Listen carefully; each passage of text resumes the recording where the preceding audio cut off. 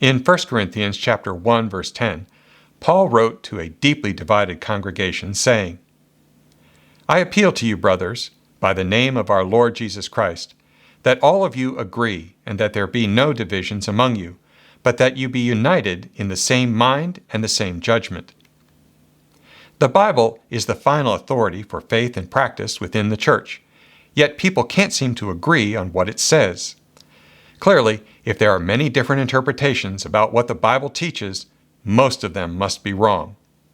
After decades of teaching the Bible, I can confidently say that there are just two basic causes of theological error: either ignorance or personal bias.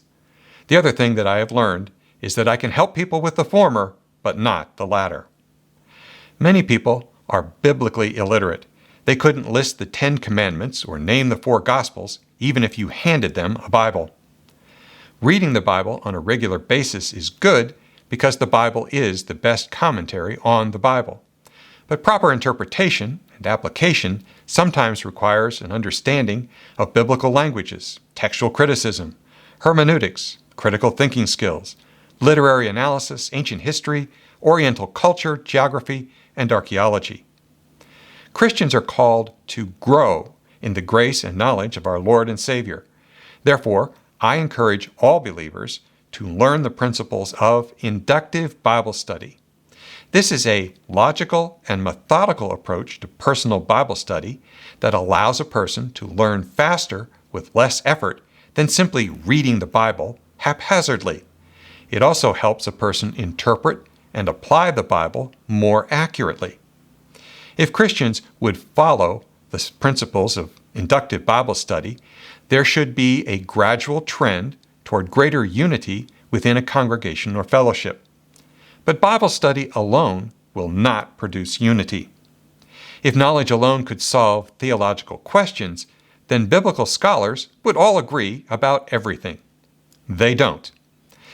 People will inject personal bias into their interpretation when God demands that they change their selfish and sinful ways. People will argue with God, justify themselves, and reason around God's commands because they still love sin. Combine this with pride and arrogance, and you have a recipe for disagreement and conflict. Personal Bible study is a spiritual battle where God demands humility and a contrite spirit. But the flesh resists God and seeks to have its own way. This is a struggle each Christian must face. Unity is only possible when individual Christians are fully surrendered and reconciled to God. Disagreements and doctrinal disputes are an external manifestation of an invisible spiritual problem. In 1 Corinthians chapter 11, verse 19, Paul warned Christians, "For there also have to be factions among you, so that those who are approved may become evident among you." As a practical matter, the apostles worked for unity and reconciliation in the church by stressing humility and repentance in their epistles. But they were not afraid to use stronger measures when the situation called for it. Romans chapter 16, verse 17 says, "I appeal to you, brothers, watch out for those who cause divisions and create obstacles contrary to the doctrine that you have been taught. Avoid them." Titus chapter 3, verse 9, "But avoid foolish controversies, genealogies, dissensions, and quarrels about the law, for they are unprofitable and worthless.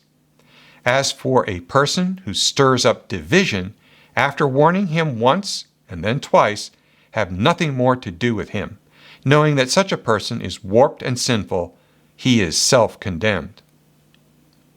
2 John chapter 1, verse 9, "Everyone who goes on ahead and does not abide in the teaching of Christ does not have God. Whoever abides in the teaching has both the Father and the Son. If anyone comes to you and does not bring this teaching, do not receive him into your house or give him any greeting, for whoever greets him takes part in his wicked works." So, is unity possible? Yes, but it is going to require hard work and spiritual struggle. Ultimately, God is going to bring about perfect unity within the body of Christ, either through humility and repentance or by excluding those who cause division and offenses. Now that we understand the spiritual battle that we face, let us make a firm commitment to be diligent in personal Bible study and fully surrendered to God, until we all reach the unity in the faith and in the knowledge of the Son of God and become mature, attaining to the whole measure of the fullness of Christ.